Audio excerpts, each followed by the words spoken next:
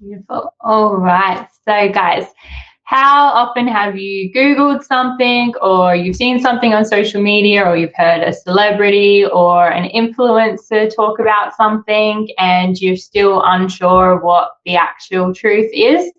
So as dietitians, we're reliable sources of evidence-based nutrition. So we're always here to provide you with the correct information and science-based information. So thank you to everyone who submitted some suggestions for some food allergy myths. We received so many really great ideas, but some of them were just a little bit too complex for us to put into the webinar. So we will be releasing quite a few blog posts as well to go along with this to unpack some of those topics in a bit more detail. So stay tuned for some of those.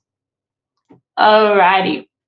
So tonight we're only going to be looking at allergies. So allergies and intolerances, they're two different things and it's too much to cover in one 30-minute webinar. So if you think of it as food intolerances are an adverse reaction to food that does not involve the immune system, whereas an allergy is an immune system response to a food protein that the body mistakenly believes is harmful, and it can affect a person's gastrointestinal tract, their skin, their breathing, or their heart. So if you have any questions relating to food intolerances, then please feel free to email us and we'll hopefully be able to put together a separate webinar on food intolerances. But tonight what we're going to do is we're going to go through some of the myths that you guys submitted and talk about whether they are true or false and break them down a little bit. So our first myth is that people can have allergens in small amounts even though they're allergic. So you can have a think to yourself, put it in the comment box about whether you think this one's going to be true or false. So this one is false. So there's no safe amount to consume allergens. For some people, even a tiny trace amount can still trigger a potentially life-threatening allergic reaction. So for people with allergies, it's best to just avoid that allergen altogether. Now for our second myth, so restrict all common allergens when starting infants on solids to avoid a reaction. True or false? This one is also false. So as scary as the thought of your child having an allergic reaction may be, introducing infants to common allergen foods like eggs and peanut butter is actually going to reduce the likelihood of developing an allergy. However, it's important to remember when we're talking about exposing infants to food to consider the safety aspect of introducing babies to solids. So while introducing children to nuts, for example, at a young age is a really great tool in helping to prevent the development of a nut allergy, it's still important to think about how you're actually going to begin to do that, because nuts do pose a big choking risk. So in Australia, we recommend introducing solids at 6 months, but not before 4 months if you're going to go early. You can begin to introduce nuts to a baby's diet in a lot of different ways. So some ways are mixing nut butters with warm water to create a puree, because the nut paste itself can still be a bit of a choking hazard for young babies. Or you can try things like ground nuts mixed in with porridge or vegetable puree. And it's always good to start with a small amount of the allergen and gradually increase as you go. The next myth is toddlers will grow out of their egg, peanut, and dairy allergy. So this one is also false. So there's no guarantee here. So some toddlers may grow out of their food allergies, but that's not going to be the case for all children. Many children will grow into teenagers and adults that have lifelong allergies. So research shows that some children will grow out of their allergies. The most common ones that we see are cow's milk, soy, wheat, and egg allergies.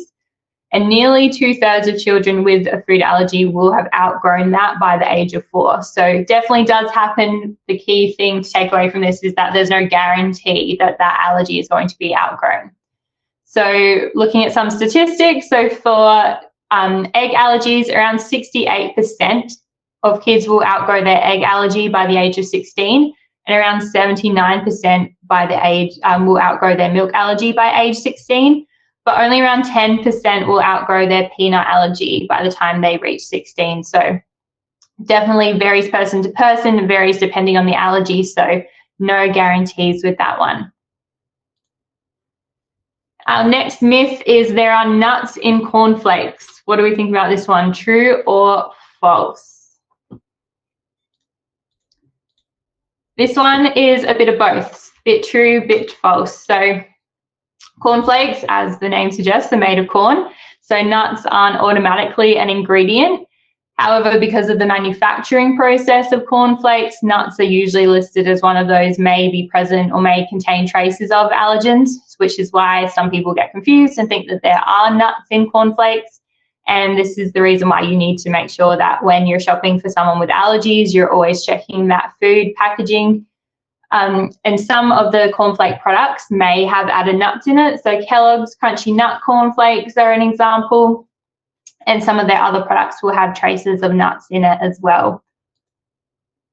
So, for example, if you need to be nut-free within your home or your centre, these are some of the products that you might want to avoid. So the standard Kellogg's cornflakes, as well as their gluten-free one. The Macro Organic, which is the Woolies brand, also may contain traces of nuts. And you can see there the Coles cereal cornflakes may contain traces of pretty much every kind of nut. So those are ones that you want to avoid. Also important to point out that we put this list together last week, and recipes and ingredient lists change quite frequently, and they don't always advertise that they've changed. So it is important to regularly check your product packaging. Some ones that don't list any nuts as allergies is going to be your Freedom Classic cornflakes. They only have milk and soy listed as potential allergens. And the Coles I'm Free From cornflakes also only has soy listed. All right, myth number 5 is playing with Play-Doh is damaging to children with celiac disease. True or false? This one is true. So Play-Doh is made of flour, which contains gluten, so needs to be avoided for people with celiac disease. Particularly with children, they might accidentally consume some of that Play-Doh. They might touch their mouths, put their fingers in their mouth while they're playing with it, or they might have something to eat afterwards and not wash their hands first. So then you can get trace amounts of that gluten still ingested, and that is still enough to cause a reaction in some people with celiac disease. The next one, foods with allergens can be integrated back safely into a child's diet. This one is also true. So under safe supervision by a medical practitioner, children can begin to consume allergens and assess their allergic reaction to try and outgrow that allergy. But as we mentioned before, there's no guarantee that people are able to outgrow their allergies. It happens, but it's best if you're going to do it this way to do it under trained medical professional supervision so that there is somebody there to monitor and make sure that everything is safe. The next one is there is a relationship between nut and sesame allergies. What do we think? Yeah, so this one is false. So sesame allergens are different to nut allergens. A person might be allergic to nuts but still able to eat sesame, or vice versa. They might be allergic to both nuts and sesame seeds, but the two aren't related. A lot of people tend to put nuts and seeds together, but the two aren't actually related. It's the same as if someone was allergic to peanuts and dairy. They're still two separate allergies. They can have multiple allergies, but they're not directly related to each other. Still two separate types of allergens. The next one is gluten-free products have hidden soy allergens. This one's really common. What do we think? Also false. So gluten comes from wheat-based products. So there are gluten-free products like soy sauce that do contain soy. But just because something is gluten-free doesn't automatically mean that it's going to have soy in it. Next one, just being in the same room as peanuts is life-threatening for someone who is allergic. This one is false. So touching, smelling, or even inhaling peanuts may not cause severe harm. It's when the peanuts are ingested into the gastrointestinal tract that the severe reaction can occur. Important to note that some less severe reactions can still occur from the presence of peanuts. So it's still best to keep people, especially children, away from traces of their allergens. So the key difference here being that it's unlikely to get a life-threatening reaction from being in the same space, but a smaller reaction can still occur, and it's still something we, of course, want to avoid. All right, myth number 10 is purchasing the non-peanut flavor of a food item means it will be safe for someone with a peanut allergy. So, for example, buying plain M&Ms versus buying peanut M&Ms. This one is false. So purchasing a non-peanut option doesn't necessarily mean that it's peanut-free. So a lot of the time manufacturers are going to use the same machines to produce products, and that means that there's a risk of cross-contamination. So always best to check your food product packaging to ensure that the company states that there is no risk, there's no potential traces of any kind of allergen in your food that you're trying to avoid. Next myth is that gluten contains nuts. And this one is false. So gluten is a protein from wheat, barley, and rye-based products, and therefore it's a separate group to nuts. So commonly for families or nut-free childcare centres, they opt to purchase gluten-free foods, and that's because they usually don't contain nuts. That's not due to the lack of gluten. Choosing a gluten-free option doesn't mean that there's no nuts. It's just because with gluten-free products, they usually have strict allergen control measures in place, and so commonly they won't have any other allergens present in the manufacturing facility. So some gluten-free products are also going to be nut-free, which is great, but it's not a guarantee. So some people will then begin to sort of associate that and think that gluten-free means nut-free. Not necessarily the case. It could still contain nuts, or it might still have potential traces of nuts. So again, always really important to make sure that you are reading the product packaging to see what listed allergens there are. Next one is eating a chocolate brownie with nuts next to someone who's allergic to nuts is safe to eat. True or false? This one is true. So if the person allergic to nuts is not consuming the brownie, they won't have a life-threatening reaction, as we kind of touched on before. So some people are sensitive to the close proximity of some allergens. So for example, someone may have a reaction just sitting next to you at the table when you're eating a brownies with nuts if they're allergic and hypersensitive. So being near an allergen will not be life-threatening, but it can still cause some level of reaction. So always good to check, if you know that you're going to be around people who are allergic, what they're comfortable with, what their sensitivities are like. Be especially cautious, of course, around young children with allergies. So young children are more likely to put their hands in their mouth and not wash their hands as thoroughly. So even trace amounts, some crumbs dropping on the floor and a kid crawling on the floor and things like that can easily lead to that allergen still being ingested. So important to keep in mind the environment that you're in. Next myth is be especially cautious eating allergens around, that was what we touched on. So now when I cook with allergens, as long as I pop it in the dishwasher before reusing it for someone who is allergic, everything is going to be safe. True or false? So this one is false. So allergens may still be present on the cooking equipment, and these small traces can still cause a severe reaction for people who are allergic. It's always recommended to hand wash, sanitize, and air dry your equipment. With hand washing, we're able to get in there a little bit better. Food grade sanitizer to really clean those dishes, and then air drying, there's no risk of cross-contamination when we're using a towel to, say, dry a knife that we just had some Nutella on, and then we wipe a plate, and you get that potential risk of cross-contamination onto the plate then. Next is cooked dairy is okay to eat for people with a dairy allergy. And this one is also false. So the proteins found in dairy are still present in cooked dairy and they can't be removed. So an allergic reaction can still occur.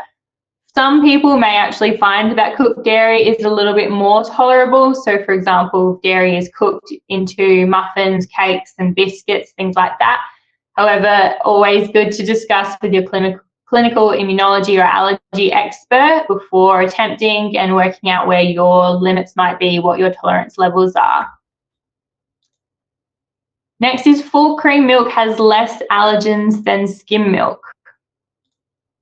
And this one is also false. So dairy allergens are usually due to the protein which is present in milk, and whether you're having full cream milk or skim milk, doesn't matter, that protein is still going to be present, because the difference between full cream and skim is of course the fat content. So that protein that's triggering the allergy response is still present in both of those milks. The next myth is wheat-free oats contain no gluten. True or false? So this one is true, and this one is a really common one that I hear from people that are newly diagnosed with celiac disease, asking, can I still eat oats? So gluten, as I said, is derived from wheat, barley and rye, and oats are therefore naturally gluten-free. However, it's very common for oats to be grown with or near wheat. So while the oats themselves don't contain wheat, if they're grown near each other, then there's a really high chance of cross-contamination of gluten in the oats. So always check the packaging to make sure that those oats state that they are gluten-free, because if it doesn't have that guarantee, then it might be because they were grown next to wheat and the company's unable to make the claim that they're not going to contain any gluten. The next one is you can buy gluten-free bread at your everyday local bakeries. And this one is also false. So it's very difficult for bakeries to clean all traces of gluten for those who require gluten-free bread. So the best option is to visit supermarkets or specialized gluten-free shops, which are becoming more and more common these days, and getting your gluten-free bread there. And just remember, just because gluten isn't listed as an ingredient doesn't mean that trace amounts can't still be present from the manufacturing process. So big difference between the ingredients not listing any wheat or gluten-containing product and the product definitely being gluten-free and safe for celiac disease. And our last myth of the day is allergies are only developed at a young age. True or false? And this one is also false. So allergies can actually develop all throughout your life and into adulthood, even if you have been safely consuming that allergen your whole life. So the most common allergies that we see develop in people later in life are fish, shellfish, peanuts, and tree nuts. We don't know exactly why some adults develop new allergies later in life. There's a lot of research going into this at the moment. Some of the most recent research suggests it might be due to not being exposed to that allergy as a child, or a change in environment, or changes to the immune system, because it is an immune response that happens in an allergic reaction. So a few different potential things that could be involved in that, but definitely if you think that you're having a reaction to something that you've always eaten and always been comfortable with, don't rule out that it might be an allergy, because that can definitely still occur later in life. So that was all of our myths this evening. Like I said, I'm sorry we couldn't get through all the myths that got submitted. There were some really good ones, but we've got a lot of posts coming out about them. So as I said before, dietitians are your reliable source of evidence-based nutrition information. So always reach out to a dietitian for support. Our dietitians at Oscar Care Group work within aged care homes and childcare centres all across Australia, and we work directly with people in our Melbourne clinic as well for that one-on-one support. So please reach out to us if there's anything that we can do to be of assistance. So thank you to all of you for coming to the webinar this evening. Thank you for getting through our technical problems at the beginning there. If you have any questions, please feel free to either leave them in the comment box or to email them through to us. We're going to be putting out a whole bunch of food allergy and intolerance related blog posts and looking at doing some future webinars as well. So thank you all very much for coming out this evening. I hope you learned something, and yeah, let us know if there's anything you'd like further information on, and we will do our best to help you out. Thanks, guys.